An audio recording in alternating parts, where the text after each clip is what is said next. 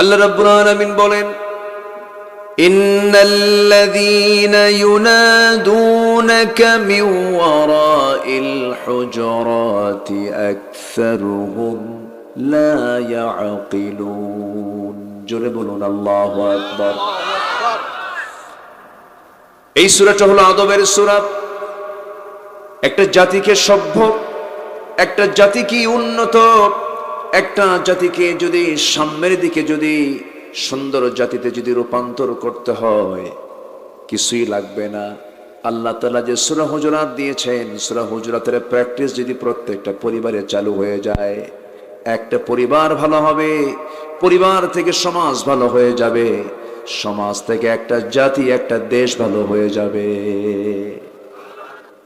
সূরাতুল হুজুরাত। আজকে আদবের পরিমাণ বেশি না বেয়াদবের পরিমাণ বেশি? বেয়াদব বেশি।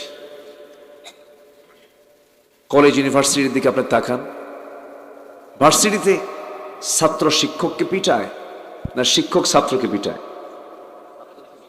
ছাত্র শিক্ষককে পিটায়, বলে স্যার একটু সোজা হন। কি হন? সোজা হন। কিন্তু এই চিত্র কি মাদ্রাসায় পাওয়া যায়? এই যে পিছনে মাদ্রাসা আছে, এই চিত্র আছে? পাবেন না।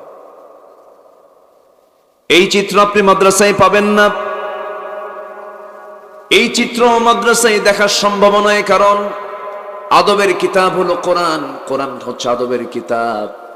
কোরআন যারা শিখান, কোরআন যারা শেখে, রাসূল নিজে বলেছেন পৃথিবীর মধ্যে সেই লোকটাই হলো শ্রেষ্ঠ যে নিজে কোরআন শিখলো এবং অপরকে শিখালো। জোরে বলি সুবহানাল্লাহ। 10টা হুকুম আল্লাহ রাব্বুল আলামিনের মধ্যে দিয়েছেন। যদি কোনো বান্দার ভিতরে এই 10টা গুণ থেকে যায়, মহান রব্বুল আলামিন তাকে পছন্দের বান্দা হিসেবে কবুল করে নেবেন। আল্লাহ নিজেই পরামর্শগুলো দিয়েছেন, সাজেশনগুলো দিয়েছেন। সূরা হুজুরাতের ভিতরে আল্লাহ রাব্বুল আলামিন যে হুকুমগুলো দিয়েছেন, এর 1 নম্বর হুকুম হলো ফাতাবায়ানু।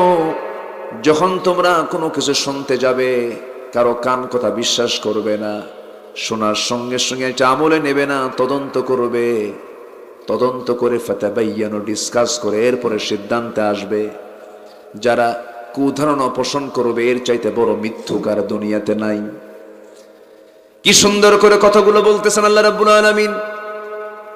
নাম্বার 2 হলো, যখন তোমরা কোনো কিছু সমাধান করতে যাবি, সেই সংশোধনের উদ্দেশ্যে সমাধান করতে হবে, ইসলাহ করতে হবে। কারণ তুমি যার ব্যাপারে সন্দেহ পোষণ করছো, সন্দেহ পোষণ না করে এটাকে ইসলাহ করো, সংশোধন করে নাও, মীমাংসা করে নাও।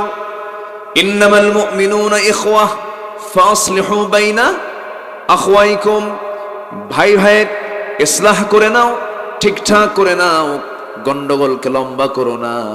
যেখানে গন্ডগোল সেখানে লম্বা না করে এটাকে শর্ট করে ফেলো, সমাধান করে ফেলো। এই পরামর্শগুলো দিচ্ছেন কে? আসতে বলবেন না কে? নাম্বার 3 হলো ওয়াকসিতু। ন্যায় বিচার করো, সঠিক বিচার করো, কম বেশি করতে যেও না বিচারে। এই দুনিয়ার জিন্দেগিতে তোমার যদি বিচার সঠিক হয়ে যায়, আল্লাহ বলবেন ও বান্দা, দুনিয়াতে তোর বিচার সঠিক, এই দুনিয়া এই এপারে এসে আমি তোর বিচারটা সঠিক বানায় দিয়ে আমি তোকে জান্নাত দিয়ে দিলাম। নাম্বার 4 হলো, উপহাস করা ঠিক নয়, হেয় প্রতিপন্ন করা ঠিক নয়, কাউকে মন্দ নামে ডাকা ঠিক নয়। উপহাস করবে যারা, গুনাহে কবিরা করবে তারা। উপহাস করে কথা বলতে মানা করেছেন কে? আল্লাহ তাআলা বলেছেন টিটকারি করবা না, ঠাট্টা করবা না, হেয় করবা না, মানুষকে দাম কম দিয়ে এড়িয়ে যাবা না। লা তুসাইর খাদ্দাকা লিন-নাস ওয়া লা তামশি ফিল আরদি মারাহা। এরপরে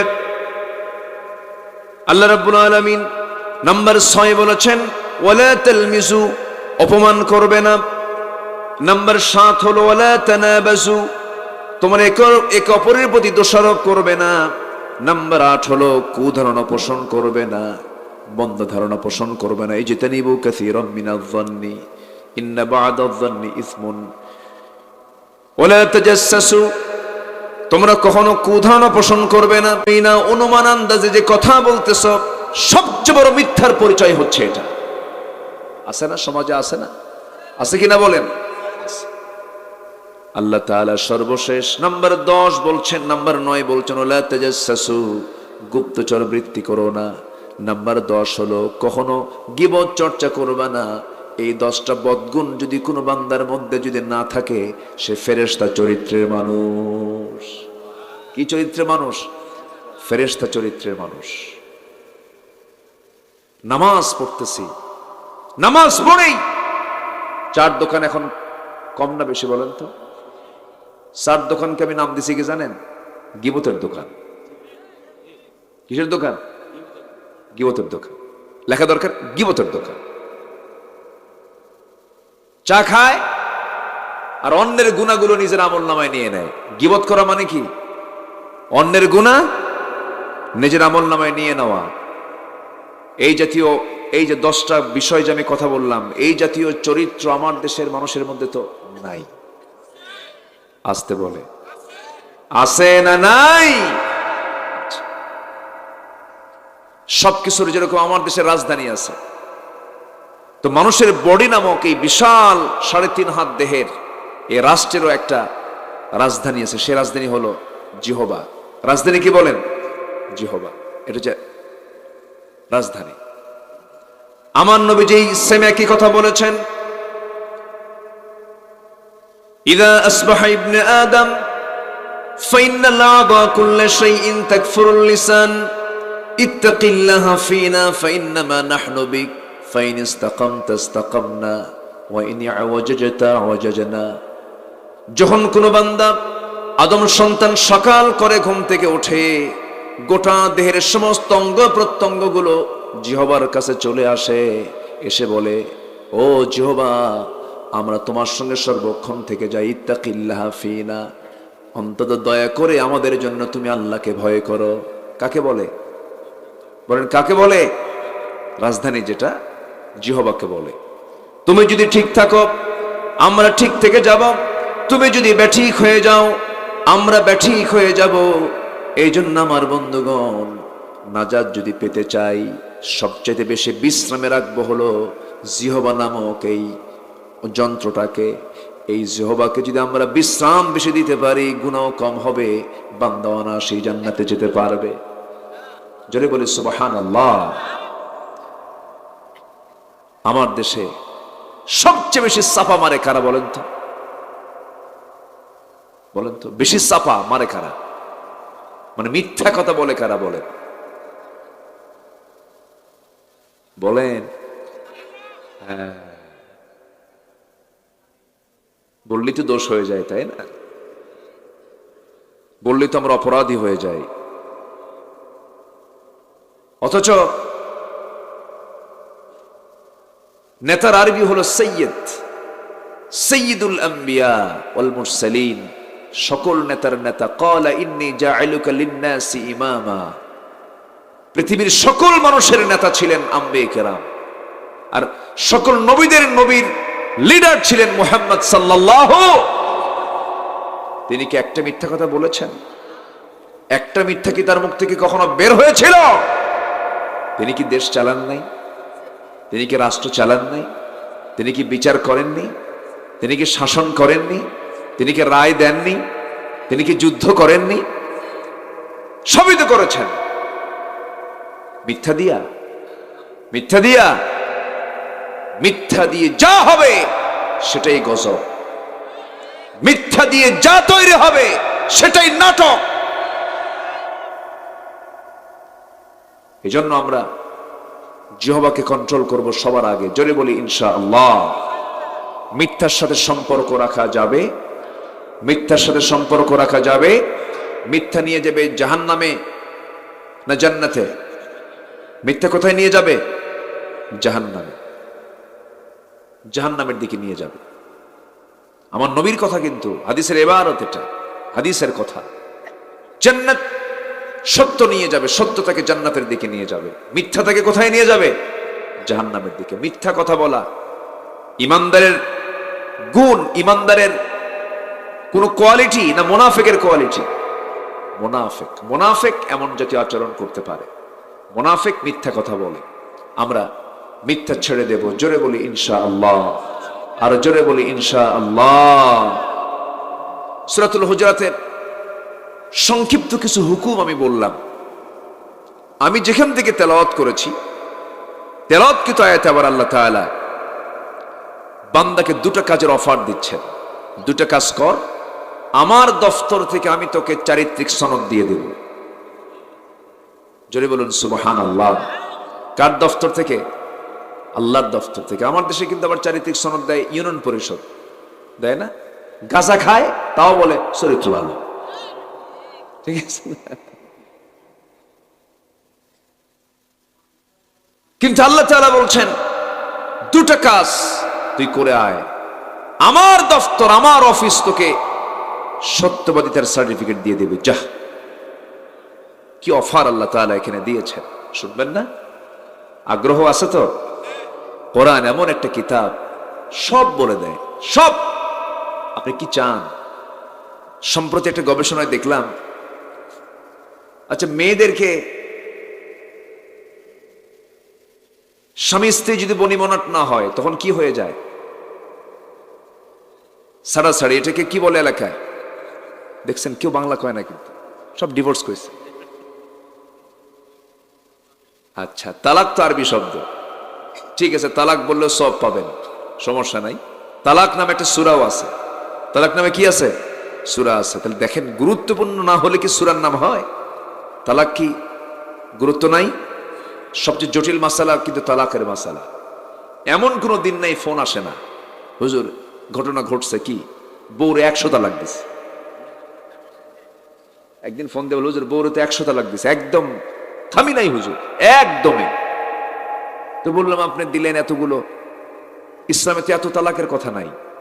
হুজুর রাগ উঠছিল খুব। আর কি কইছেন? হুজুর বউকে তো তালাক দিছি, সাথে শাশুড়ি শুদ্ধা তালাক দিছি। জোরে বলেন নাউজুবিল্লাহ। আছে না এরকম? আছে না? এখন নিজে প্রশ্ন করে আবার নিজে বলে হুজুর, পরামর্শ চায়, আবার নিজে বলে হুজুর রাগের মাথায় কি তালাক দিলে তালাক হয়? দেখছেন, ও আবার নিজেই আবার এখানে ইস্তিহাদ করতেছে, হ্যাঁ, যুক্তি দেখাচ্ছে। তাই বললাম ভাই আপনি রাগের মাথায় দিচ্ছেন তালাক, তালাক কি কেউ মোহাব্বত করে দেয়? কে ময়না তুমি রাগ করো না, তালাক, এরকম করে তালাক দেয় কেউ? আচ্ছা, তালাকের সম্পর্কে কি মোহাব্বতের সাথে মানে ঠান্ডা মেজাজে না গরম মেজাজে? গরম মেজাজে। তালাক তো এটা রাগের কাজ, এটা সিদ্ধান্তের কাজ।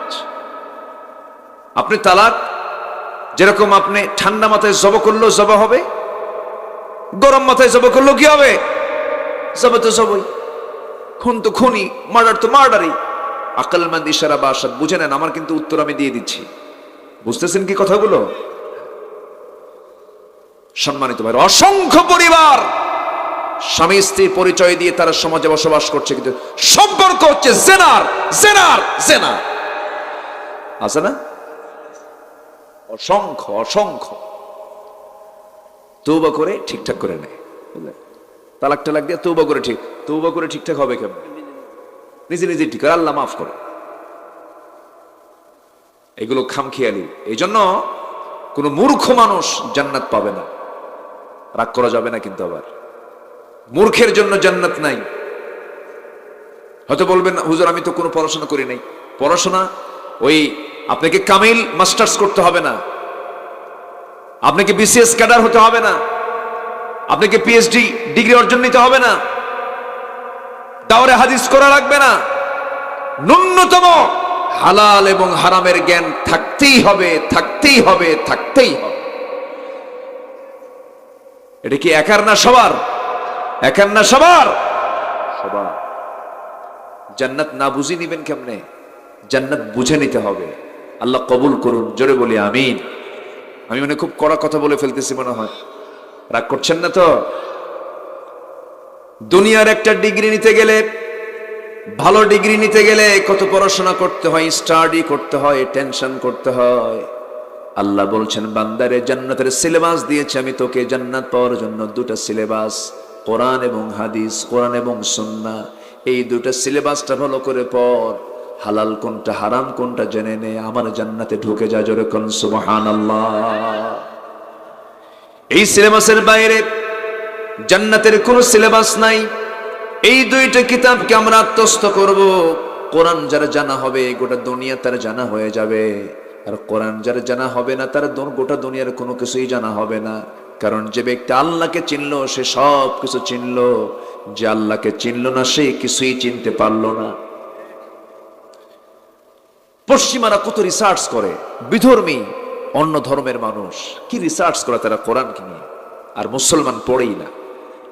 একটা তথ্য দেখলাম সেদিন, কি দলে স্বামী স্ত্রী যদি বনিমনট না হয় কি হয়? ডিভোর্স হয়। হ্যাঁ, ডিভোর্স কি হয়েছে, কি ডিভোর্স হয়ে গেছে। কেউ আর বাংলা কয় না, বুঝলেন। অনেকদিন আগে এক রিক্সায় উঠবো, আমি রিক্সায় উঠে বললাম, ভাই ভার্সিটি যাবেন? আমি তখন ঢাবির ছাত্র ছিলাম। বলে, আমি তো চিনি না ভার্সিটি কি। কোথায় ভার্সিটি? কই যে শাহবাগের মোড়ে একটা বিশ্ববিদ্যালয় আছে যে।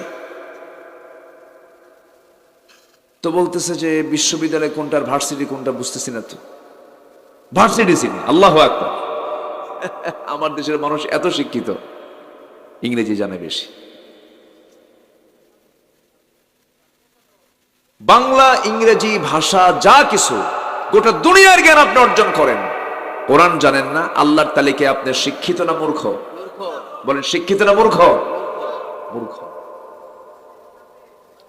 সম্মানিত ভাইয়েরা, তো কোরআনকে নিয়ে গবেষণা করে হলো পশ্চিমারা। এই স্বামী স্ত্রী তালাক নিয়ে একটা আয়াত আল্লাহ তাআলা নাজিল করেছেন, ওই আয়াতকে তারা রিসার্চে নিয়ে আসলো।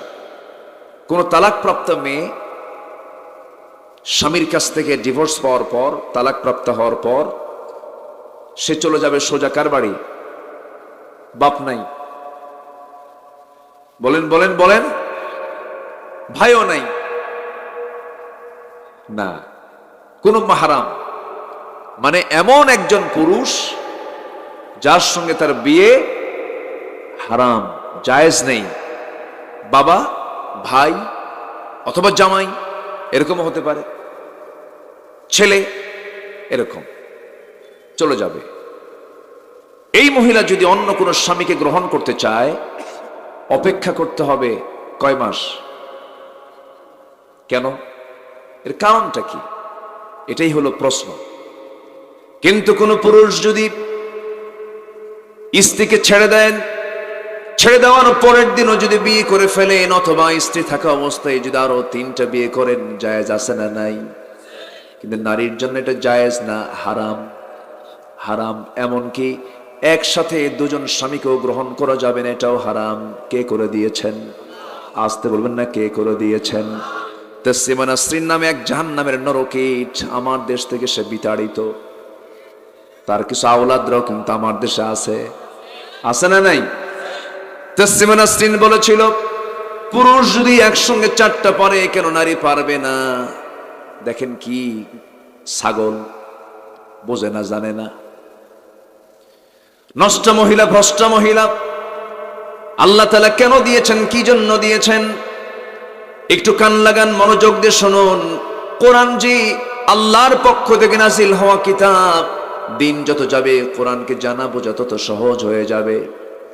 আমার বন্ধুগণ, সেই পশ্চিমা ওই সমস্ত গবেষকরা, চিকিৎসকরা গবেষণা করতে করতে শেষ পর্যন্ত তারা খুঁজে বের করতেছে কেন 3 মাস 10 দিন, কেন 3 মাস 13 দিনের কথা বলা হলো। আল মুতাল্লাকাতু তারাব্বাসনা বিআনফুসিহিন্না 3 কুরু, 3 ইদ্দত পর্যন্ত কেন অপেক্ষা করতে হবে? এই গবেষণা করতে করতে তারা বের করে নিয়েছে। কি বের করে নিয়েছে দেখেন। পুরুষ হলো দেবার জাতি, স্ত্রী হলো নেবার জাতি।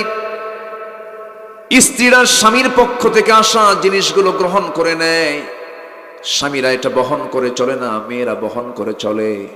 আমার বন্ধুগণ, যখন স্বামীর স্পার্ম যখন স্ত্রীর জরায়ুতে প্রবিষ্ট হয়ে যায়, ইন্টারকোর্স যখন কমপ্লিট হয়ে যায়, স্বামীর পক্ষ থেকে যাওয়া যে ব্যাকটেরিয়া প্রোটিনগুলো ওই স্ত্রী মাথা থেকে পা পর্যন্ত এটার প্রভাব বিস্তার করতে থাকে, তার গোটা দেহে এটা প্রভাবিত হতে থাকে। আমার বন্ধুগণ, এটি ব্যাকটেরিয়া প্রোটিনগুলো, স্বামীর পক্ষ থেকে আসা এই ব্যাকটেরিয়া প্রোটিনগুলো 1 মাস যখন হয়ে যায় 30% তার শরীর থেকে আস্তে করে ডিলেট হয়ে যায়, রিমুভ হয়ে যায়। 2 মাসে 60% রিমুভ হয়ে যায়। মোটামুটি 3 মাস 10 দিন 12 দিন পার হলে পরে, 3 ইদ্দতটা পূরণ হলে পরে মোটামুটি 100% প্রোটিন ব্যাকটেরিয়া তার শরীর থেকে বের হয়ে যায়। যদি কোনো নারী স্বামীর পক্ষ থেকে আসা সেই ব্যাকটেরিয়া প্রোটিনগুলো থাকা অবস্থায় যদি 10 দিনের মাথায়, 20 দিনের মাথায়, 1 মাসের মাথায়, 1.5 মাসের মাথায়, 2 মাসের মাথায়, 2.5 মাসের মাথায় যদি কোনো স্বামীকে যদি গ্রহণ করতে যায় নতুন করে, ব্যাকটেরিয়া ডাবল তার শরীরের মধ্যে ঢুকে পড়বে, বিভিন্ন রোগে আক্রান্ত হয়ে পড়বে, মহামারী দেখা দেবে, সমাজ ভেঙে পড়বে, মানবতা কি বলে মানুষের জীবনের নিশ্চয়তা হেরে যাবে, নষ্ট হয়ে যাবে, অসুস্থ হয়ে পড়বে, রোগী হয়ে যাবে। আল্লাহ রাব্বুল আলামিন আজ থেকে 1500 বছর আগে মানবতাকে সুস্থ রাখার জন্য, মানুষকে রোগমুক্ত রাখার জন্য এমন সুন্দর সিস্টেমটা করে দিয়েছেন। এই জিনিসটা ভাবার সঙ্গে সঙ্গে তার আরেকটা আয়াতের দিকে চলে গেছে। বিধবা কি বলে তালাক প্রাপ্ত নারী 3 মাস সামথিং অপেক্ষা করবে, সামডেজ তারা অপেক্ষা করবে। আর একজন বিধবা নারী স্বামীকে হারানোর পর তাকে অপেক্ষা করতে হবে 3 মাস না 4 মাস? কয় মাস বেশি হলো? 4 মাস, 1 মাস বেশি হয়ে গেল। তাও শুধু 1 মাস নয়, গুনে গুনে আরবাআতু আশহুরিন ওয়া আশরা, 4 মাস 10 দিন, 4 মাস 10 দিন। 1 মাস 10 দিন কেন করা হলো? বিধবার ক্ষেত্রে 1 মাস 10 দিন কেন এক্সটেন্ড করা হলো, বৃদ্ধি করা হলো? তালাক প্রাপ্ত নারীর জন্য 3 মাস সামডেজ করা হলো কেন? আর বিধবা নারীর জন্য 4 মাস 10 দিন কেন করা হলো? এর মূল কারণ হলো তালাক যখন হয় এর মধ্যে মোহাব্বত কাজ করে না, ঘৃণা কাজ করে, ঘৃণা কাজ করে। কিন্তু বিধবা যখন স্বামীকে হারিয়ে ফেলে সেই সময় ঘৃণা কাজ করে না, মোহাব্বতটা আরো বাড়ে, মোহাব্বতটা বাড়ে। হারে আমার স্বামী দুনিয়া থেকে বিদায় নিল, আমি আমার স্বামীকে হারায়া ফেললাম। স্বামীর জন্য সে শোক করে, স্বামীর জন্য সে কান্নাকাটি করে। এইরকম স্বামীর প্রতি মোহাব্বত থাকার কারণে স্বামী থেকে আসা সেই ব্যাকটেরিয়া প্রোটিনগুলো তার শরীর থেকে যেতে আরো 1 মাস 10 দিন পর্যন্ত সময় লেগে যায়। ওই গবেষকরা চিন্তা করে দেখলেন, প্র্যাকটিক্যাল করে দেখলেন, এই জাতীয় হুকুম কোন মানবতার পক্ষ থেকে, কোন মানুষের পক্ষ থেকে আসা সম্ভব হবে না। এই যে কোরআন আল্লাহর পক্ষ থেকে নাজিল হওয়া কিতাব, শেষ পর্যন্ত তারা বলতে বাধ্য হয়েছে আশহাদু আল্লা ইলাহা ইল্লাল্লাহু ওয়াহদাহু লা শারীকা লাহু ওয়া আশহাদু আন্না মুহাম্মাদান আবদুহু ওয়া রাসূলুহু। পশ্চিমারা গবেষণা করে করে তারা কুফরির পথ ছেড়ে দিয়ে ঈমান আনে। আর আজকে মুসলমান গবেষণা করে হলো ফজর নামাজ, কি বলে ফরজ নামাজের পরে দোয়া হবে কি হবে না। এক মাহফিলে গেছে, সেদিন বলে হুজুর মাহফিল শেষে কিন্তু দোয়া হবে না, দোয়া হইলে মারামারি শুরু হবে। মাহফিলে গেছে। এই হলো আমার দেশের গবেষণা। আমার দেশের গবেষণা হলো তারাবির নামাজ 8 রাকাত পড়বে না 20 রাকাত পড়বে। আমার দেশের গবেষণা হলো রাসূল নূর না মাটি। আমার দেশের গবেষণা হলো হাত কোথায় বাঁধবে, বুকে বাঁধবে না নাভিতে বাঁধবে। অথচ কেউ যদি হাত নাও বাঁধে নামাজ হয়ে যাবে। যদি কেউ আমিন জোরে না বলে, আস্তে না বলে, নাও যদি বলে তাও নামাজ হয়ে যাবে। যে আমিন না বললেও নামাজ হয়, না বাঁধলেও নামাজ হয়ে যায়। সেটাকে কেন্দ্র করে একই গ্রামের মধ্যে 2-3টা মসজিদ আছে না নাই? এগুলো কোনো সাবজেক্টই নয়। আজকে মুসলমান এগুলো করে বিচ্ছিন্ন হয়ে যাচ্ছে, ভ্রাতৃত্ব নষ্ট করে ফেলছে। একজন কয় নাভিতে হাত বাঁধা জায়েজ নাই, আরেকজন কয় বুকে হাত বাঁধা জায়েজ নাই। এক বেচারি নামাজ পড়তে নিয়ে আর হাত বাঁধার জায়গা পাচ্ছে না, দুইটাই তো নাজায়েজ বানা দিছে হুজুররা। এখন হাত বাঁধতে নিয়ে আল্লাহু আকবার কপালে, কোথায় নিছে? কপাল। তা আপনার ফতোয়ার কারণে যদি এমনটা সিচুয়েশন তৈরি হয়, এটার জন্য যারা ফতোয়াবাজি করেন জবাব দিতে হবে কিয়ামতের আদালতে, কিয়ামতের দিন। মাথায় রাখবেন, এই সূরা হুজরাতের মধ্যে আল্লাহ তাআলা এক জায়গায় বলছেন, ইন্নামাল মুমিনুনা ইখওয়াহ ফাসলিহু বাইনা আখওয়াইকুম ওয়াত্তাকুল্লাহ। মুমিনরা ভাই ভাই, ঠিকঠাক করে নাও, গন্ডগোল করো না, সাবধান, আল্লাহকে ভয় করো। একজন কয় থুতু মারি, আরেকজন কয় মুখে পেশাব করি। এগুলো কোনো কথা? এগুলো কোনো আওয়াজ? এগুলো কোনো আলেমদের মুখ থেকে শোভা পায়? আলেমের দাম যেমন আছে, আলিমদের পানিশমেন্টও আছে কারাদালতে। নবীদের ওয়ারিস আল্লাহ বলেছেন, ঠিক আছে, নবীদের ওয়ারিস হচ্ছে আলেমরা, কিন্তু সমাজের ভিতরে কিছু নিকৃষ্ট কিছু আলেম নামের কলঙ্ক আছে, যারা সমাজের সবচাইতে খারাপ মানুষ। আছে না নাই? একই খরচ, সরকারি খরচে কেউ হজে যায়, আবার কেউ জেলখানায় থাকে। আছে না নাই? ইমামে আজম আবু হানিফা রাহমাতুল্লাহ আলাইহি, তার আমলে অনেক অসংখ্য আলেম ওলামা ছিলেন, কারো জেল খাটা লাগে নাই। আবু হানিফার জেল থাকতে থাকতে বিষ প্রয়োগ করে তার জেলখানায় মৃত্যু হয়ে যায়। জান্নাতে তো সস্তা নয়, হকের পক্ষে আমরা টিকে থাকবো। জোরে বলি ইনশাআল্লাহ, জোরে বলি ইনশাআল্লাহ। তাহলে জিহবা কি গুনাহ কম করে? সব কিন্তু জিহ্বা দিয়ে হয়। এই জন্য রাসূল বলেছেন, জিহবাকে কন্ট্রোল করো। যার জিহবা কন্ট্রোল, তার ঈমান কন্ট্রোল। যার জিহবা কন্ট্রোল নাই, তার ঈমান কন্ট্রোল নাই।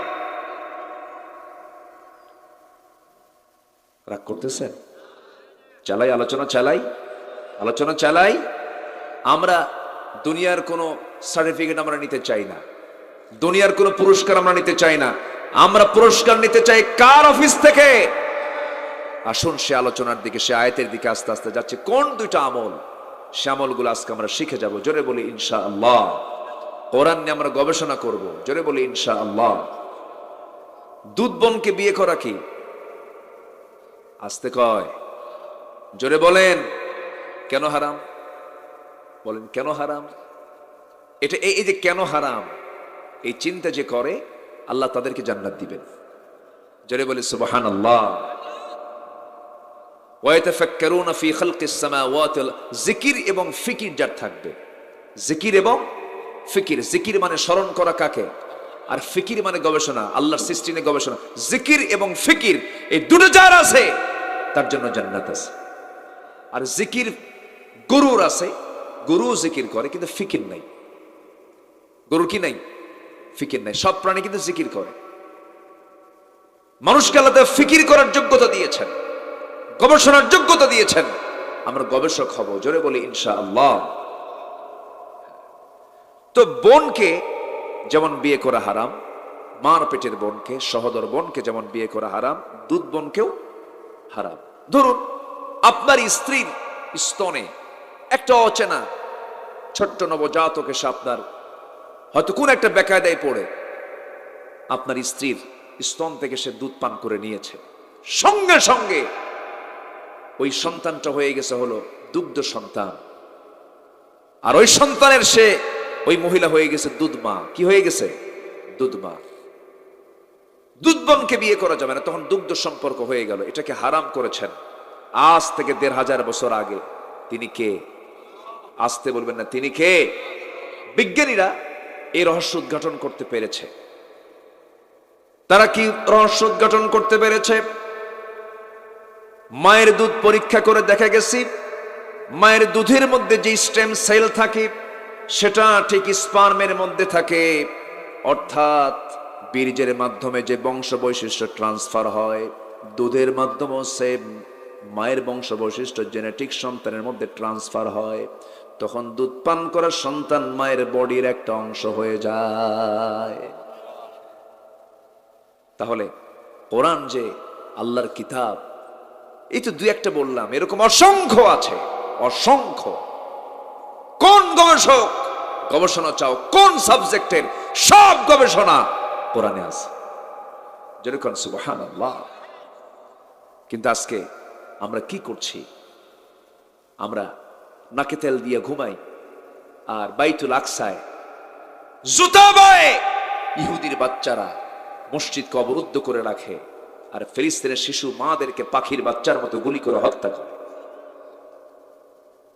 আচ্ছা, এই হামলাটা যদি কাবায় হতো, তাক লাগবে না।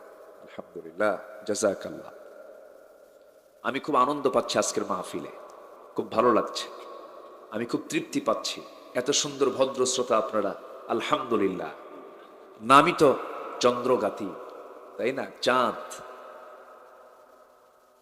চাঁদ আছে যেখানে অন্ধকার নাই সেখানে। আল্লাহ তুমি এলাকাকে চাঁদে চাঁদে ভরে দাও, জোরে বলি আল্লাহুম্মা আমিন।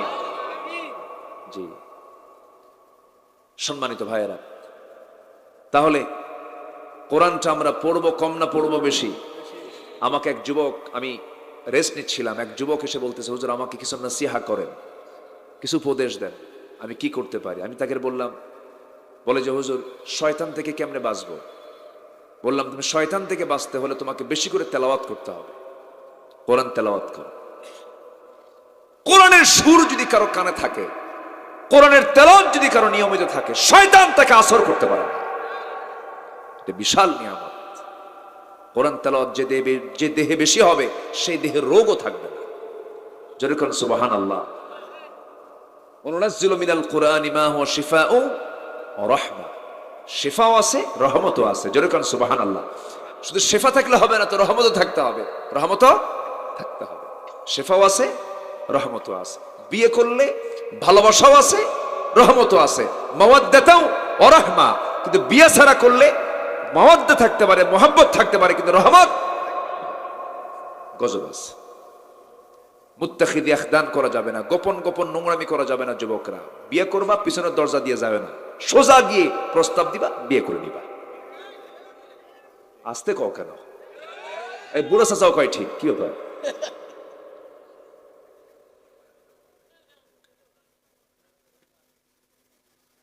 ও নাতিপুতির জন্য চিন্তা করছে না? হ্যাঁ, না ঠিক আছে।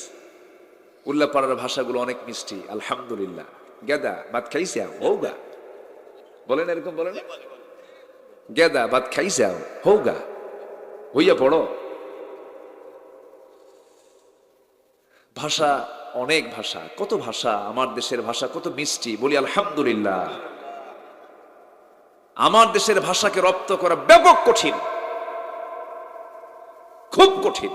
ইংরেজি অল্প দিনে জানা যায়, কোরআন 7 বছরের বাচ্চা পারে, আলহামদুলিল্লাহ বলেন। বাংলা কিন্তু সহজ না, বাংলা খুব জটিল ভাষা, এটাকে রপ্ত করা খুব কঠিন। তবে কোরআনটা এত সহজ, এত সহজ। এক হাজি গেছে হজ করতে মক্কায়, 41 দিন থাকার পর দেশে ফিরে বলে, এমন দেশে গেছিলাম সব জায়গায় আরবি, কিচ্ছু বুঝি না, খালি 2 জায়গায় শুধু বাংলা পাইছি। কোথায়? আজান যখন দিল, সূরা ফাতিহা যখন করল।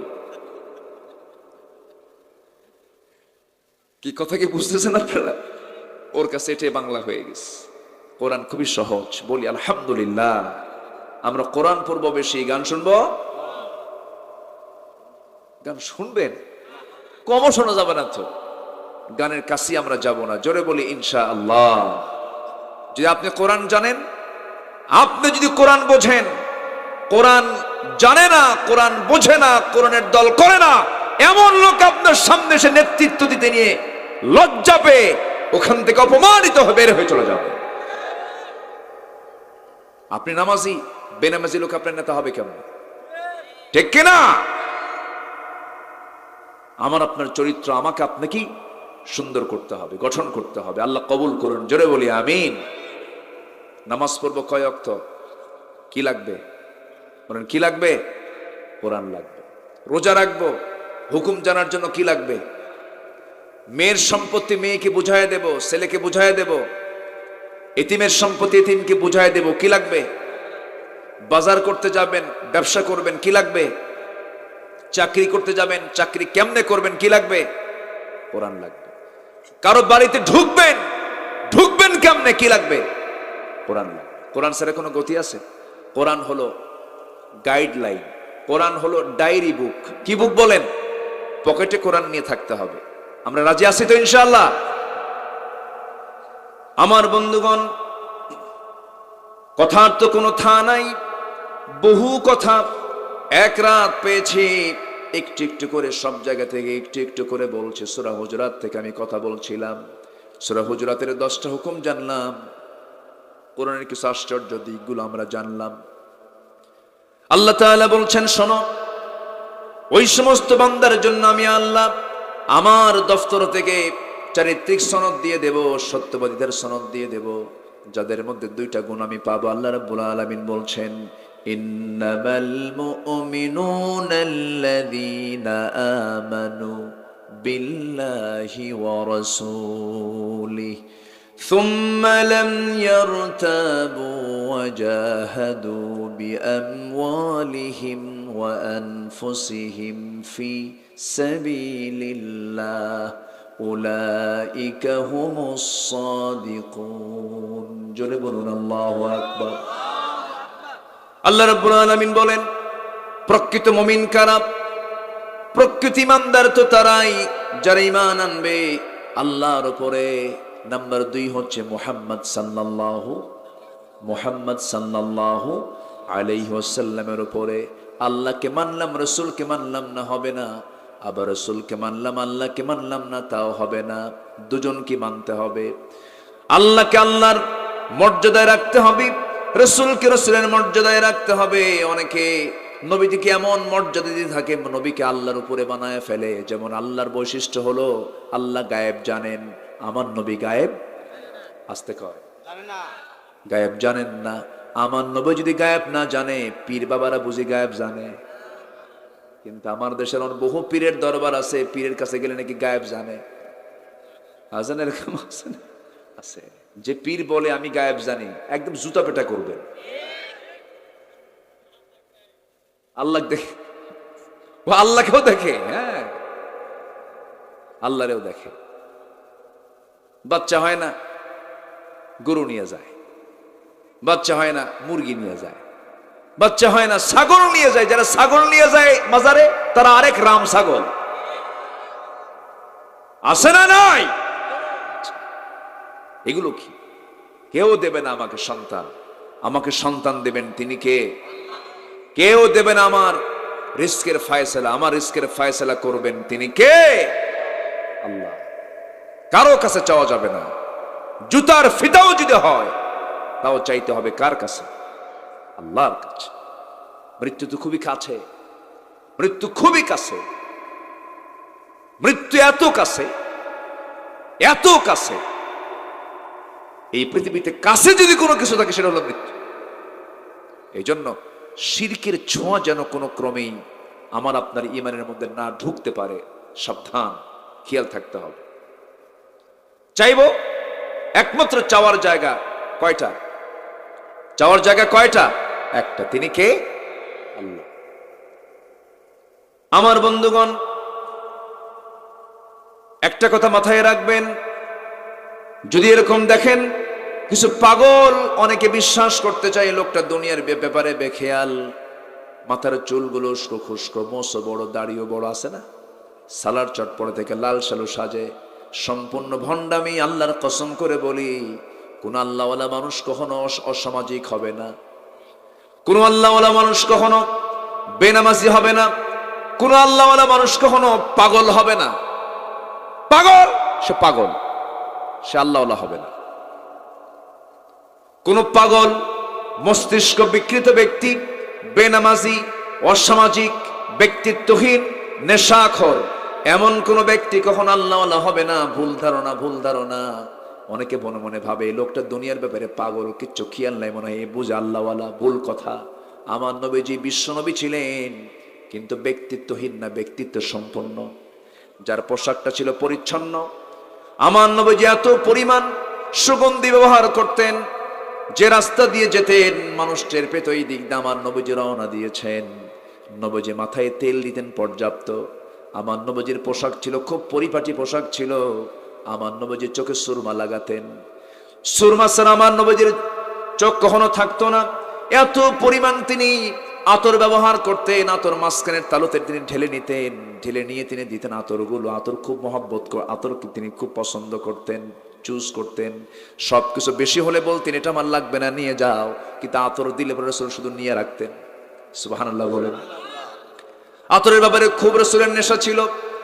যে বিশ্বনবীর দেহ থেকে আতরের গন্ধ বের হয়, যে নবীজির চোখে সুরমা ব্যবহার হয়, যিনি সুগন্ধি ব্যবহার করেন, যিনি সুরমা ব্যবহার করেন, যার পকেটে সর্বক্ষণ মেসোয়াক থাকতো, কি থাকতো? মেসোয়াক থাকতো। যিনি সর্বক্ষণ চিরুনি পকেটে রাখতেন, চুলগুলা চেরা ফেলতেন, লম্বা লম্বা চুল থাকলেও রাসূলের চুলগুলো এলোমেলো থাকতো না। এত সাজানো গোছানো পরিপাটি মানুষ ছিলেন মুহাম্মদ সাল্লাল্লাহু আলাইহি সাল্লাম। আর একজন সুস্থ বিবেকবান মানুষ একজন পাগলের কাছে দরবারে যায় কেমনে চায়, আমার তো বুঝে আসে না। আসে না, এরকম আসে না? সালাড চট পড়ে থাকে, এই যে এই যাচ্ছে কেন, এই ছেলে কই যাও, বসো বসো। আমি কি দোয়া করে দেব নাকি? হ্যাঁ, ও কেবল এসে বসছেন, এই কেবল।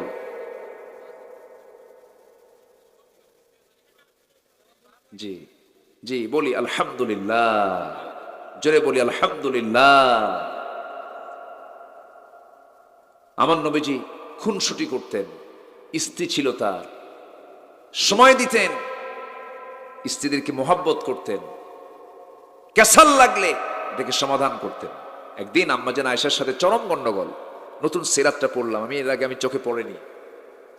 আম্মা জান আয়েশা বলতেছে, হুজুর, রাসূলকে বলতে, হুজুর আপনার ব্যাপারে আমি বিচার দেব।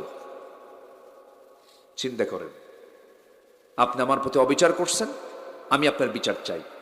কে বিচারককে? ওমরের ডাক দেখেন, ওমরের ডাক দিয়েন না, কাকে? আব্বাকে ডাক দেন। বুঝলেন? সাইয়েদনা আবু বকর সিদ্দিক কানে চলে গেল, উনি শুনেই তো খেপে গেছেন, বিশ্বনবীর বিরুদ্ধে আমার মেয়ে বিচার চায়, থাম। বাড়িতে ঢুকেই মারার জন্য রওনা দিয়েছেন, ওইদিকে তাড়া তেড়ে গেছেন, তোকে আজকে মেরে ফেলবো আজকে। আম্মা জান আয়েশা তার আব্বার এই ভূমিকা দেখে মারছে দৌড়, এক দৌড়ে নবীর পিছনে দাঁড়ায় গেছে।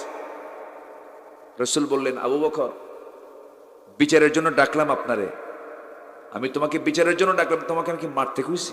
আগে বিচারটা করো। আর পিছনে দাঁড়িয়ে থাকা আমার নবীর স্ত্রী আম্মা জান আয়েশাকে বলছেন, আয়েশা তুমি দিলে বিচারের ডাক, তুমি আবার আমার পিছনে দাঁড়াও কেন? আমি তো আসামি, আমি কি আসামি? আমার নবীজি কি সুন্দর করে পরিবারের সঙ্গে কথা বলেছেন, কি মার্জিত ভাবে কথা বলেছেন, সুবহানাল্লাহ বলবেন না?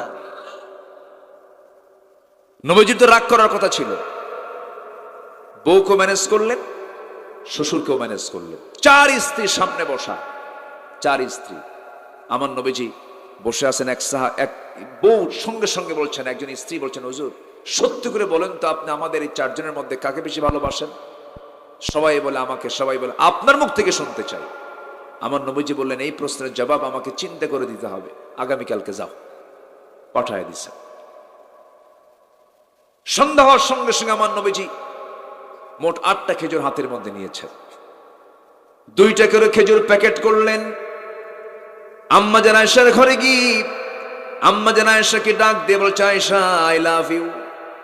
কি কি বউকে বলা যাবে কিনা বলেন? আস্তে কর, বলা যাবে কিনা বলেন? এই যে বুড়া চাচা শুনে রাখেন, বলা যাবে, কিন্তু আজকে যায় প্র্যাকটিস করবেন। তখন বুড়ি বলবে, বুড়া বয়সে ভান ধরছো না? কিন্তু আমার নবীজি এই প্র্যাকটিস গুলো রাখতেন। আম্মা জান আয়েশা বলেন, নবীজি আমার কাছে যখন আসতেন সালাম না দিয়ে আসতেন না। আমি রাসূলকে কখনো আগে সহজে সালাম দিতে পারতাম না। নবীজি আমার এমন আদর্শ ছিল, বউ পর্যন্ত আগে সালাম দিতে পারে নাই, সাহাবীরা আগে সালাম দিতে পারে নাই। যে ব্যক্তি আগে সালাম দিবে সে হচ্ছে অহংকার মুক্ত। ইসলামে এত সুন্দর বিধান, সালাম যখন দিবেন রহমত নাজিল করে দিবেন কে? বউ কেন কথা শুনবে না?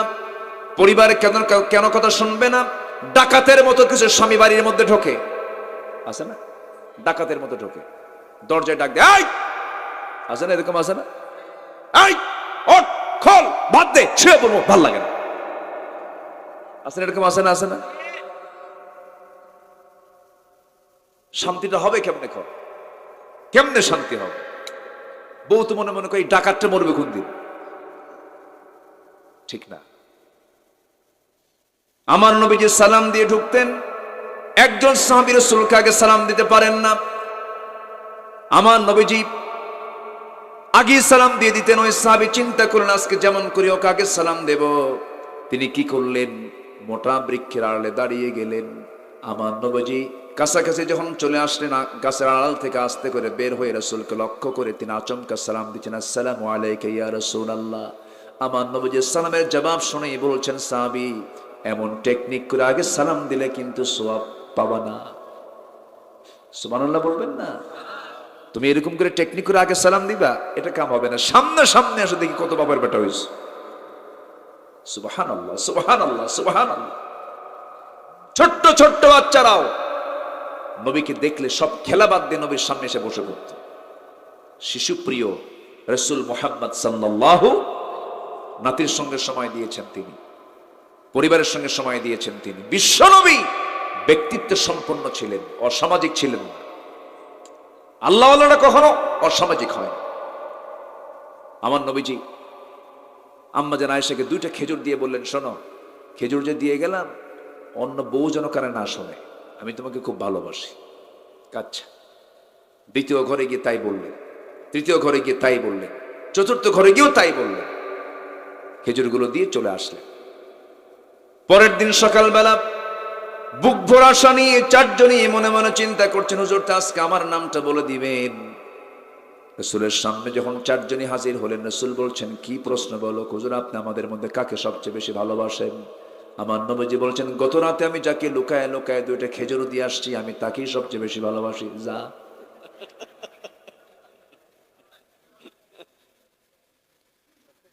আমার নবীজি পারিবারিক ভাবে কত সুন্দর করে সাজিয়ে গুছিয়ে তিনি পরিবারটা সাজিয়েছেন। বাচ্চাদের সঙ্গে, নাতিদের সঙ্গে ঘন্টার পরে ঘন্টার সময় দিতেন। এমনকি শিশুর খবর শুধু রাখতেন না, শিশুকে বলতেন, ও শিশু, তোমার বাড়ির যে একটা পাখি আছে নোগায়ের, সেই পাখিটার খবরটা কি? আমার নবীজি শিশুর পাখির খবরও রাখতেন। আমার বন্ধুগণ, হুসাইন তো রাসূলের সঙ্গে এত বেশি সময় থাকতেন, মাঝে মাঝে আম্মা জান আয়েশা বলতেন, আমাকে রাসূল যতটুকু সময় দিয়েছেন তার চেয়ে বেশি সময় আমার কাছে মনে হয় তিনি হুসাইনকে দিয়েছেন। নাতি হুসাইন পাশে বসে থাকতেন সব সময়ের জন্য। কিছু কিছু বুড়া চাচা আছে, নাতিবতী হয়েছে, নাতিবতী দেখলে শুধু গা জ্বলে, আছে না এরকম? আছে না কিছু? না না আছে না? খালি খেপে, নাতির উপরে খালি খেপতে থাকে আর চোখ বড় করে।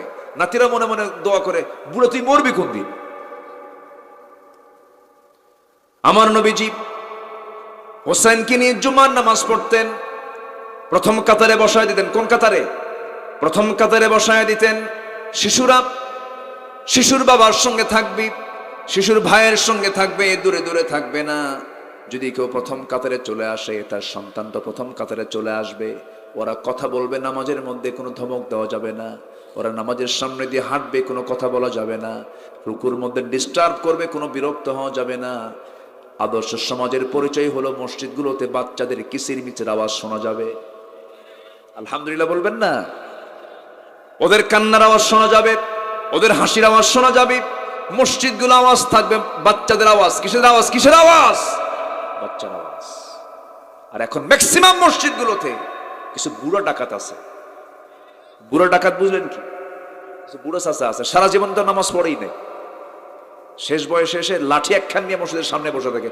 কোন বাচ্চা নামাজ পড়তে আসে? আছে এরকম? আছে না নাই বলেন তো? আচ্ছা, এই কথাগুলো কি বলার দরকার আছে না ভাই বলেন তো? যখনই কোনো বাচ্চা আসে লাঠি দেখা, এটা কেন? কখনো বলা যাবে না। কোন বাচ্চাকে আপনি ধমক দিবেন, রাসূল বলেছেন ফালাইসা মিন্না, সে আমার কেউ না। ধমক দিতে পারবেন না। বাচ্চাগুলোকে নিয়ে নামাজ শেখাবেন, মসজিদে ঢুকায় পড়বেন। ও হাঁটবে, ও খাবে, ও খেলবে, ও পাঞ্জাবি টানবে, এটাই ওর নামাজ। কেউ তো আলহামদুলিল্লাহ বললেন না। কথা ক্লিয়ার? কথা ক্লিয়ার? আপনি বাচ্চাকে নামাজে না নিয়ে ওই ভিডিও গেমস দিবেন না, মোবাইলের ডিভাইস দেখাবেন। এই ডিভাইসগুলো আজকে ছোট্ট বাচ্চাদের সব কিছুকে শেষ করে দিয়েছে। এগুলো দিবেন না। মসজিদে যাবে, মুয়াজ্জিন আযান দেবে, আকামত দেবে, বাচ্চা শুধু শুনবে। এগুলো কি করে? আবার রুকুও করে, আবার আগে যায় না, ইমাম আগে যায়, এরপরে মুক্তাদি যায়। আদব শিখবে, আখলাক শিখবে, নেতৃত্ব শিখবে, শৃঙ্খলা শিখবে, সময়ের জ্ঞান জানবে। 1:30টায় আজান হবে, 4টায় আজান হবে, মাগরিবে আজান হবে, ফজর আজান হবে, নামাজ আবার টাইমলি হবে। টাইমের জ্ঞান, সময়ের জ্ঞান, আদব, আখলাক সব নামাজে আছে না নাই? তো বাচ্চাকে নেবেন না কাকে নেবেন? আমার দেশে এই মূর্খতাগুলো রয়ে গেছে। বাচ্চা দেখলে কিছু কিছু বুড়ো কিরকম বড় বানায়, বাচ্চাগুলো মনে করে এটা মনে হয় আজরাইল, টেনশনে থাকে। ঠিক আছে না? কি কষ্ট পাচ্ছেন নাকি আপনারা? কোনদিন ধমক দিবেন না। আমার নবীজি জুমার খুতবা দিচ্ছেন। কিসের খুতবা? জুমার খুতবা শুরু করেছেন। হুসাইন রাদিয়াল্লাহু আনহু ছোট মানুষ, লম্বাই হলো 3.5 ফুট মানুষ, জুব্বা পরছেন 5 ফুট। বলেন তো হাঁটা যাবে নাকি? জুব্বার কাপড়ের সঙ্গে প্যাঁচ লেগে বারবার পড়ে যাচ্ছেন। আমার নবীজি খুতবা ছেড়ে দিলেন, দূর থেকে হুসাইনকে কোলে করে নিয়ে প্রথম কাতারে বসায়া দিলেন।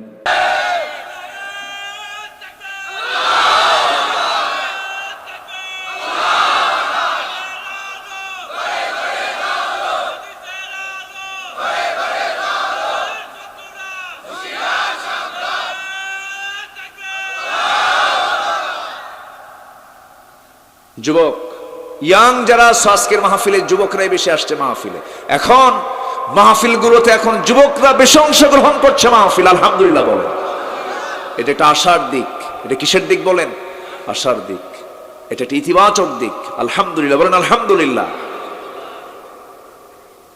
সময়কে নষ্ট করবা না, যৌবনকে কাজে লাগাও। তোমার যৌবন ইবাদত তোমাকে আরশ আজিমের ছায়ার মেহমান বানায় দেবে। বিশাল দাম তোমার। তোমার রক্ত গরম, তোমার যৌবনের উন্মাদনা আছে, এর মাঝে যদি ইমানটাকে টিকে রাখতে পারো, আলেয়া নারগিসকে যদি প্রত্যাখ্যান করে জান্নাতের হুরের নেশা যদি আনতে পারো, আল্লাহ তাআলা সাইয়েদনা ইউসুফের সঙ্গে তোমাকে জান্নাত দিয়ে দিবে। আজকে সমাজে জিনা সহজ না বিয়ে সহজ? কি সহজ? জিনা। আজকে সমাজে যাকাত সহজ না সুদ সহজ? সুদটা ইজি করে দেওয়া হয়েছে, যাকাতের কোনো খবরই নাই। যাকাতকে বলে এটা আল্লাহর পক্ষ থেকে জরিমানা। জোরে কোন নাউজুবিল্লাহ।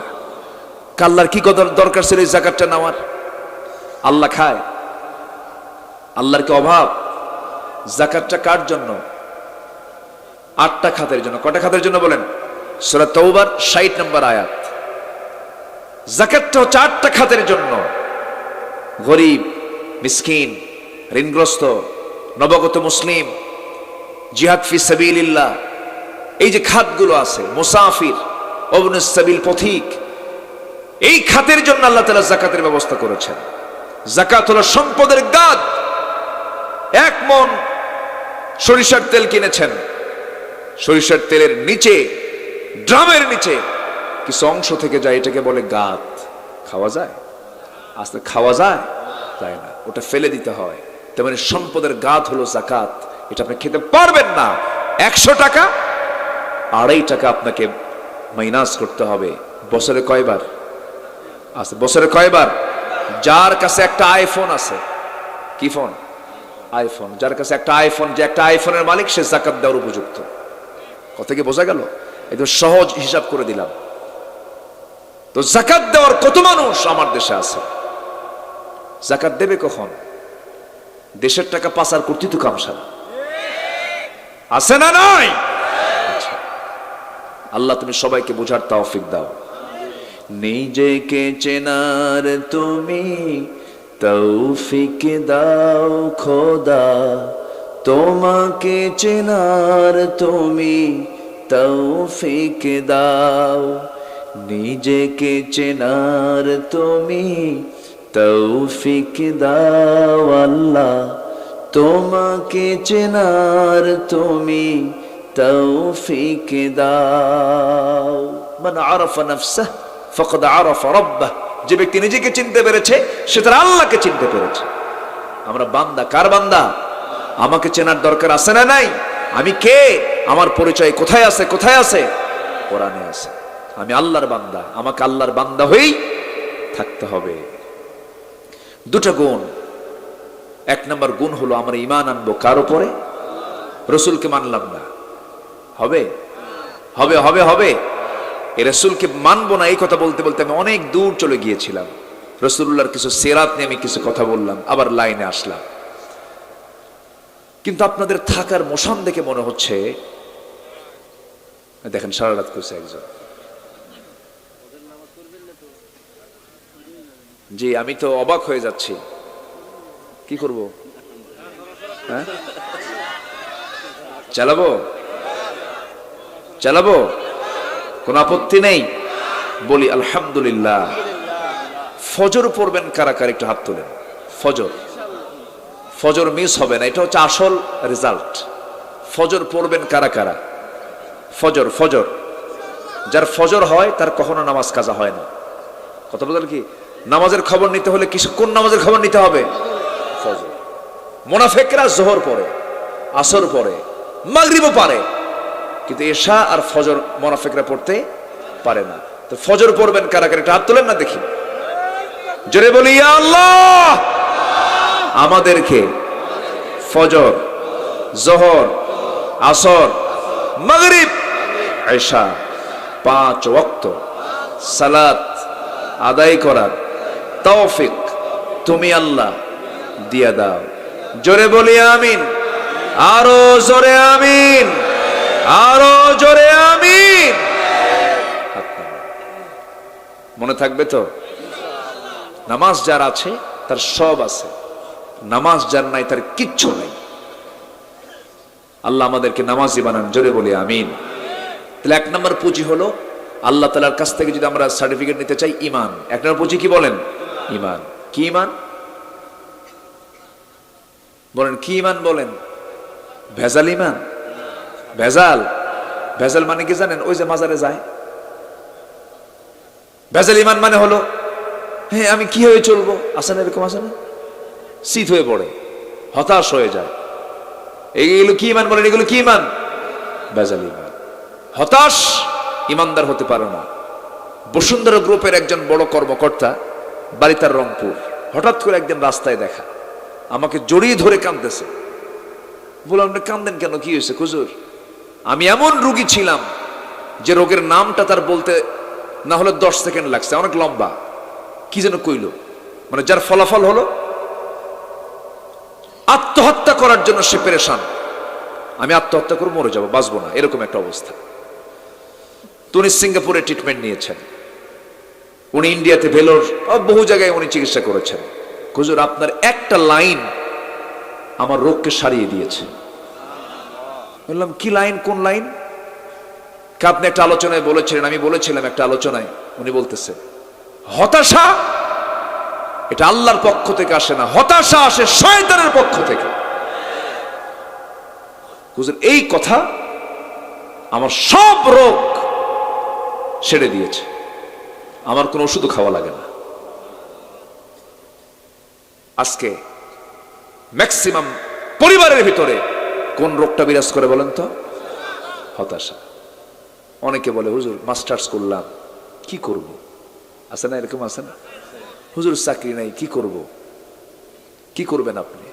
আমার রাসূলকে বলা হলো সচ্ছলকে, রাসূল বললেন দুপুরের খাবারের পর যার রাতের খাবার আছে সে সচ্ছল। অসচ্ছলকে? যার দুপুরের খাবার আছে কিন্তু বাট রাতের খাবার নাই, সে হচ্ছে অসচ্ছল। মানে দুবেলা যার খাবার আছে সে কি? সচ্ছল। যার এক বেলা আছে আরেক বেলা নাই, সে হচ্ছে অসচ্ছল। তাহলে এখানে বলেন তো, এখানে কালকে সকালের খাবার নাই এমন কোন লোক আছে? আসতে কেন আছে? চিন্তা কিসের? বুদ্ধি দিয়ে রেজেক আসে না। গ্রামের বহু বুদ্ধিদাতা আছে, ভাত পায় না। আর কিছু পাগল আছে, বুদ্ধি নাই, কিচ্ছু নাই, এত সম্পদ, খাওয়ার লোক নাই। আছে না এরকম? আছে গ্রামের কিছু দেখেন না, একদম মানে গোপাল ভাঁড়, খুব বুদ্ধি ভাত পায় না। আছে না আছে না বলেন তো? শক্তি থাকলেই খাদ্য থাকে না। বনের রাজা কি না খেয়ে থাকে, কিন্তু ও স্বীকার করতে পারে না, নাই না খেয়ে থাকে, শুকনা হয়ে যায়। আবার ছোট্ট বাবুই পাখি অসহায়, কি সুন্দর বাসা বানায়, শক্তি নাই সিংহের মতো, কিন্তু পেট উদর পূর্তি করে জিকির করতে করতে সে তার বাসায় ঢুকে পড়ে। এই জন্য রিজিক নিয়ে কোনো হতাশা ইমানদার আনতে পারে না। আমার নবীজির 4 মাস চলে গেছে, খাবার নাই। 4 মাস, 2 মাস, 3 মাস। আম্মা জান আয়েশা বলেন, আমার বাড়ির উনুনে চুলায় আগুন জ্বলতো না।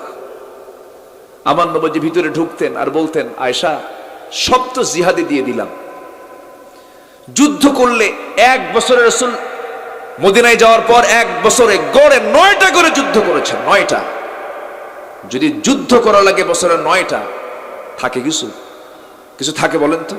যুদ্ধ বিধ্বস্ত দেশ, এখন রাশিয়ার দিকে তাকান, যেটাই যুদ্ধ বিধ্বস্ত দেশ, অর্থনৈতিকভাবে তারা কি স্বাবলম্বী না ক্ষতিগ্রস্ত? বিপর্যস্ত। আমার নবীজি মদিনায় আসলেন, আরাম পেলেন না। প্রত্যেক বছরে 9টা করে গড়ে যুদ্ধ করতে হচ্ছে। 86টি যুদ্ধ পরিচালনা করেছেন মুহাম্মদ সাল্লাল্লাহু 9×90। সেখানে 86 10টা না হলে 9টার একটু বেশি হয়ে যায়। এতগুলো যুদ্ধ করে খাবার পাবেন কেমনে? খন্দকের পরীক্ষা খনন করার সময় কিচ্ছু নাই, খাবার কোন সাহাবীর কাছেও নাই, বাড়িতেও নাই। কিন্তু শত্রুপক্ষ চলে এসেছে। সালমান ফার্সি বললেন, ইয়া রাসূলুল্লাহ, আমি তো বহু যুদ্ধে অংশগ্রহণ করেছি। বয়স্ক একজন সাহাবী ছিলেন, তিনি 250 বছর বেঁচে ছিলেন। কত বছর বলেন? 250 বছর। যখন তিনি ইসলাম কবুল করেন সেই সময় তিনি বড় মানুষ, অনেক বয়স্ক মানুষ। তিনি বললেন, ইয়া রাসূলুল্লাহ, কি এই মদিনা কি রক্ষা করার জন্য চতুর্দিকে আপনাকে খনন করতে হবে, পরীক্ষা বানাতে হবে, পরীক্ষা খনন করতে হবে? আমার রাসূল বলেন, ঠিক আছে, শুরু করা যাক। সবার আগে কোদাল হাতে নিয়েছেন মুহাম্মদ সাল্লাল্লাহু। ইসলামী নেতৃত্বের মূল দিক হলো নেতা সামনে থাকবে, আর সাধারণ নেতৃত্বের দিক হলো নেতা সবার পিছনে থাকবে। যখন বলবে বিপদ আসবে, বলবে তোরা যা, আমি পিছে আছি। এরকম আছে না? নাই, আমি বিদেশ আছি, আমি খুঁজে আছি, বিদেশ আছি। অনলাইন যুদ্ধ করে হবে না। সাধারণ নেতার বৈশিষ্ট্য হলো যত রক্ত লাগে দেব, প্রয়োজনে লোক পাঠাবো, আমি যাব না। এটা হচ্ছে সাধারণ নেতার বৈশিষ্ট্য। আর ইসলামী নেতৃত্বের বৈশিষ্ট্য হলো, শোনো সাহাবীরা, চিন্তা করুন, আমি সবার সামনে আছি, প্রয়োজনে আমার জীবনটা আগে যাবে, কারো জীবন দিতে দেব না। যেরকম সুবহানাল্লাহ। আমার নবীজি পিছনে না সবার আগে, নামাজেও আগে, ময়দানেও আগে, সামনে চলে গেছে। পরীক্ষা খনন যখন তিনি করবেন, কোদালটা হাতে নিয়েছেন আগে, খাবার নাই পেটে, পরীক্ষা খনন করতেছিলেন। পরীক্ষা খনন করতে করতে ধুলাই মলিন রাসূল, মাথার চুল থেকে পা পর্যন্ত সব জায়গায় ধুলাই মলিন রাসূল হয়ে গেছেন। আমার নবীজির 3 দিন 4 দিন পর্যন্ত খাবার নাই, পেটে ক্ষুধার যন্ত্রণায় রক্ষা করতে না পেরে পাথর পর্যন্ত বাঁধলেন, খাবার নাই। আমার নবীজি কোদাল মারতে মারতে কোমরটা কুঁজো হয়ে গেছে। উহুদের ময়দানে দাঁত হারিয়ে ফেলেছেন, তায়েফের ময়দানে রক্তাক্ত হয়েছেন, খন্দকের ময়দানে কোদাল মারতে মারতে কোমরটা হারিয়ে ফেলেছেন। দিন কায়েমের জন্য যদি বিশ্বনবীর দেহ থেকে যদি রক্ত ঝরানোর প্রয়োজন হয়, যদি দিন কায়েমের জন্য যদি নবীজির দান মোবারক শহীদ করে দিতে হয়, দিন কায়েমের জন্য যদি বিশ্বনবীজির কোমরটাকে যদি কুঁজো বানাতে হয়, সেই দিন কায়েমের জন্য প্রয়োজনে আমাদের যদি জান দিতে হয়, মাল দিতে হয়, সবাইকে রাজি আছেন? রাজি আছেন কারা কারা? হাত উঁচু করে দেখেন মুসলমান।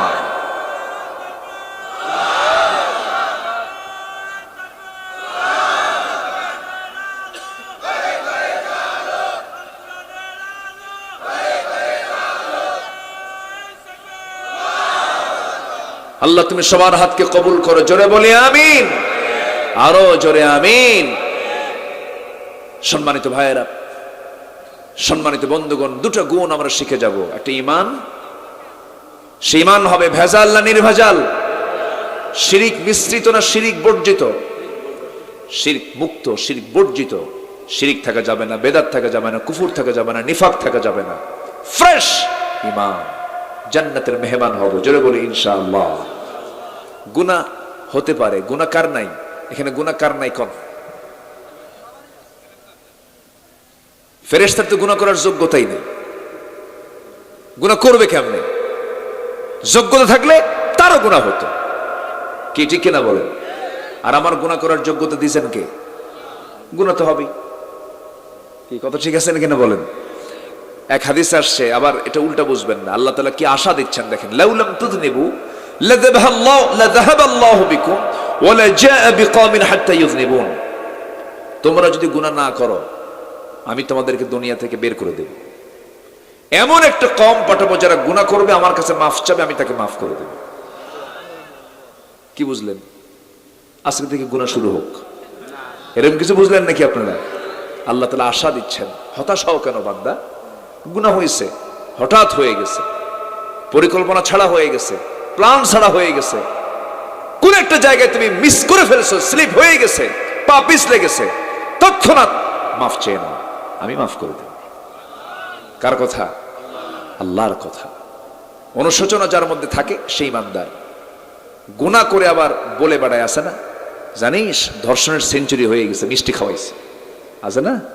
কি সোনার টুকরা এগুলো, তাই না? হ্যাঁ, সোনার ছেলে না এগুলো? ধর্ষণ করে আবার সেঞ্চুরি করে মিষ্টি খাওয়ায়। গুনাহ তো করে, আকাম কুকাম করে, আবার এটা নিয়ে গর্ব করে। গুনাহ নিয়ে যারা গর্ব করে তারা ইমানদার নয়, মুনাফিক, ফাসিক, জালেম, আছে না নাই? আমাদেরকে বলে আমরা নাকি ধর্মের ব্যবসা করি। নির্বাচন আসলো, সারা জীবন নাটক সিনেমায় নাচলো, গান গাইলো, মাথায় টুপি দিয়ে আবার মসজিদে এসে সুন্দর করে কথা বলে, আছে না নাই? সুজন সখীর সিনেমা করেন, হঠাৎ বৃষ্টির সিনেমা করেন, আর হঠাৎ মসজিদের সামনে ছবি সব সাজতেছেন। ধর্মের ব্যবসা আলেমরা করে না, আপনারা করেন। কি ভাবতেছেন হুজুর বোঝে না? কষ্ট পাচ্ছেন নাকি আপনারা? আল্লাহ তুমি সবাইকে বোঝার তৌফিক দাও, জোরে বলি আল্লাহুম্মা আমিন। টুপি পরব কি এক মাস না সারা মাস? এক মাস না সারা বছর? সিজনে না সব সময়? সিজনাল টুপি পরার দরকার নাই, সিজনাল নামাজি হওয়ার দরকার নাই, আমরা হব আজীবন নামাজি। জোরে বলি ইনশাআল্লাহ। আল্লাহ কবুল করুন। চলে যায় মক্কায় ওমরা করার জন্য, আবার এখান থেকে লাইভে এসে বলে, প্রিয় দেশবাসী আমি ওমরা করতে এসেছি, সবাই আমার জন্য দোয়া করবেন, আমি যেন ওমরাটা সম্পন্ন করে দেশে ফিরে যেন সিনেমার বাকি কাজ সম্পন্ন করতে পারি। কি ঈমান দেখেন, ওমরা করতে যায়, সিনেমার বাকি কাজ সম্পন্ন করবে। আল্লাহ তুমি অপকর্ম থেকে আমাদেরকে হেফাজত করো, জোরে বলি আল্লাহুম্মা আমিন। আমি কথা আর বাড়াবো না, অনেক মা বোন মাহফিলে আসছেন, মা বোনদের কাছে আমার বিনত আরজ, একটা কাজ আপনি করবেন, আমি আপনাকে নিশ্চিত, আমরা তো কিছু বুঝি, কোরআন হাদিস কিছু বুঝি, একটা কাজ শুরু করবেন, সেটা হলো মাহারাম ছাড়া, যাদের সঙ্গে বিয়ে হারাম আপনার এবং স্বামী, এই কয়জন ব্যক্তি, 14 জন ব্যক্তি ছাড়া সকলের সঙ্গে আপনি পর্দা মেইনটেইন করে চলবেন। আল্লাহ আপনাকে জাহান্নামকে আড়াল করে জান্নাতের 8টা দরজাই খুলে দিবেন। এটা শুধু মেয়েদের কথায় আসছে, কিন্তু মেয়েদের ব্যাপারে আসছে, আমাদের ব্যাপারে কিন্তু সরাসরি এরকম কোনো কথা আসেনি। কোন মেয়ে যদি 4টা কাজ করে, 8টা জান্নাতের সব দরজা তার জন্য খোলা হবে, যেটা পছন্দ সেটাতে ঢুকে পড়বে।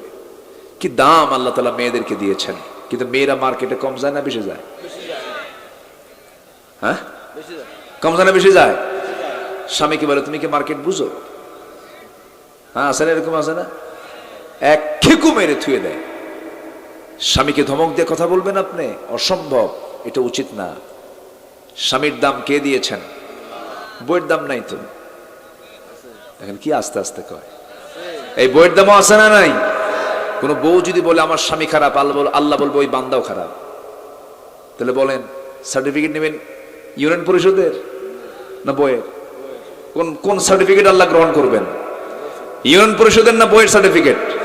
হ্যাঁ, বউ যদি বলে আমার স্বামী ভালো, আল্লাহ বলবেন আমার এই বান্দা ভালো। কারণ বউ জানে আমার স্বামী কত নাম্বার লুচ্চা, বোঝেন নাই?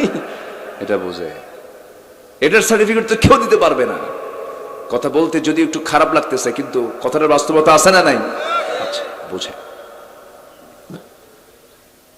আমার মা মেহেরবানি করে নিজের শরীরের সৌন্দর্য, চামড়ার সৌন্দর্য, চেহারার সৌন্দর্য, মুস্কি হাসি, এগুলো কাউকে দেখাবেন না। মুস্কি হাসি শুধু বরাদ্দ হবে আপনার স্বামীর জন্য। মাহারাম যারা, তাদের সামনে আপনি কথা বলবেন, তাও শালীনপূর্ণভাবে কথা বলবেন। স্বামীর সামনে কোনো পোশাকের কোনো ড্রেস কোড নেই, কিন্তু আপনার ছেলেও যদি হয় ছেলের সামনে বুকটা ঢাকবেন, নিতম্ব ঢাকবেন, মাথায় কাপড় পরবেন। শালীনপূর্ণ পোশাক সবসময়ের জন্য জরুরি। এই বিষয়গুলো খেয়াল করবেন। স্বামীকে দাম দেওয়ার চেষ্টা করবেন। মার্কেটে যাবেন, সমস্যা নেই, স্বামীকে সাথে নিয়ে যান, ছেলেকে সাথে নিয়ে যান, সাথে নিয়ে যান। পুরুষ, কোনো একটা পুরুষকে আপনার সাথে নিয়ে যাবেন, কারণ আপনি তো রাজরানী। আল্লাহ তাআলা মেয়েদেরকে বানাইছে চাকরানী না রাজরানী, রাজরানী করে বানাইছে। কারণ কোনো পুরুষ যেতে হলে তার সঙ্গে আরো কোনো পুরুষ যাওয়া কোনো কন্ডিশন নয়। কিন্তু কোনো মেয়ে যদি বাইরে বের হয়, আল্লাহ তাআলা পুরুষকে চাকর বানাই দিয়েছে, তুই চাকর হও, ওর যা, ওর সাথে সাথে যা। সুবহানাল্লাহ বলেন। আল্লাহ পুরুষকে কি বানাইছে? মেয়ের কি বানাইছে? চাকর। মেয়েরা কয় ওরা শুধু চাকর হবে না, আমরা হব চাকরানী। কি হব? চাকরানী। প্যাঁচ লেগে যায়, এই প্যাঁচ লাগানো যাবে না। পর্দার পরিবেশকে লঙ্ঘন করা যাবে না। আমার মা, এই বিষয়গুলো আপনি খেয়াল করবেন। নামাজ 5 ওয়াক্ত পড়বেন, স্বামীকে দাম দিবেন, রমজান মাসে রোজা রাখবেন, এরপরে সুন্দর করে পর্দার সহিত হেফাজত করবেন। আল্লাহ তাআলা আপনাকে জান্নাত দিবেন। এই ওয়াদা কে করেছেন? আসতে বলবেন না, কে ওয়াদা করেছেন? 4টা কারণে স্বামী তার বউকে মারতে পারে। কয়টা কারণে বলেন? কয়টা কারণে বউকে মারতে পারে? শুনবেন? শুনবেন? মারার জন্য? এতক্ষণ তো আমি ভালোই ছিলাম, এখন মেয়েরা ভাবতেছে হুজুর এগুলো কি শুরু করলেন আবার? বউকে মারে যারা, তারা খুব তো দামি মানুষ, তাই না? দামি মানুষ, হ্যাঁ, দাপুটে পুরুষ না? বউকে মারা যাবে না। বউকে হাতি কখনো তাকে আঘাত করে মারা যাবে না। কিন্তু 4টা কারণে স্বামী তার স্ত্রীকে শাসন করতে পারবেন, মারতে পারবেন। তবে মারার ক্ষেত্রে শর্ত হলো, যখন তিনি মারবেন বড় কোনো লাঠি ব্যবহার করা যাবে না। পকেটের যে থাকা এই 1 ব্রিক 9 ইঞ্চি যে মেসোয়াক আছে, সেই মেসোয়াক দিয়ে তাকে মারতে হবে। মেসোয়াক দিয়ে যদি আপনি যখন আপনার বউকে মারতে যাবেন, এই দৃশ্য যদি অন্য কেউ দেখে, দেখে রাখবে না হাসবে? কি মারটা দিল রে, ঠিক আছে না? আমার মাদের কলেজে পানি আসছে, হুজুর আপনি খুব ভালো। এই 4টা কারণ হলো, এই 4টা কারণ। নামাজের জন্য আপনি শাসন করবেন, রোজার জন্য শাসন করবেন, আনুগত্যের জন্য শাসন করবেন। বিয়ের পরে একজন নারীর কাছে শ্রেষ্ঠ ঘর হবে বাবার ঘর না স্বামীর ঘর? জোরে বলেন, বাবার ঘর না স্বামীর ঘর? যে মেয়েদের কাছে বিয়ের পরও বাবার ঘর শ্রেষ্ঠ মনে হয়, সেই সংসারের শান্তি না অশান্তি আছে না? আবার কিছু মেয়ের বাপও আছে, যা ফোন দিয়ে দিলাম, ফোন নিয়ে চলে যা, স্বামীর ঘরে থাক। যদি কিছু তোর স্বামী যদি কিছু কয়, আমার জামাই যদি তোর কোনো গালিগালাজ দিয়ে, ফোন দিবি, খাইয়া ফালাম। আছে না? এরকম আছে না?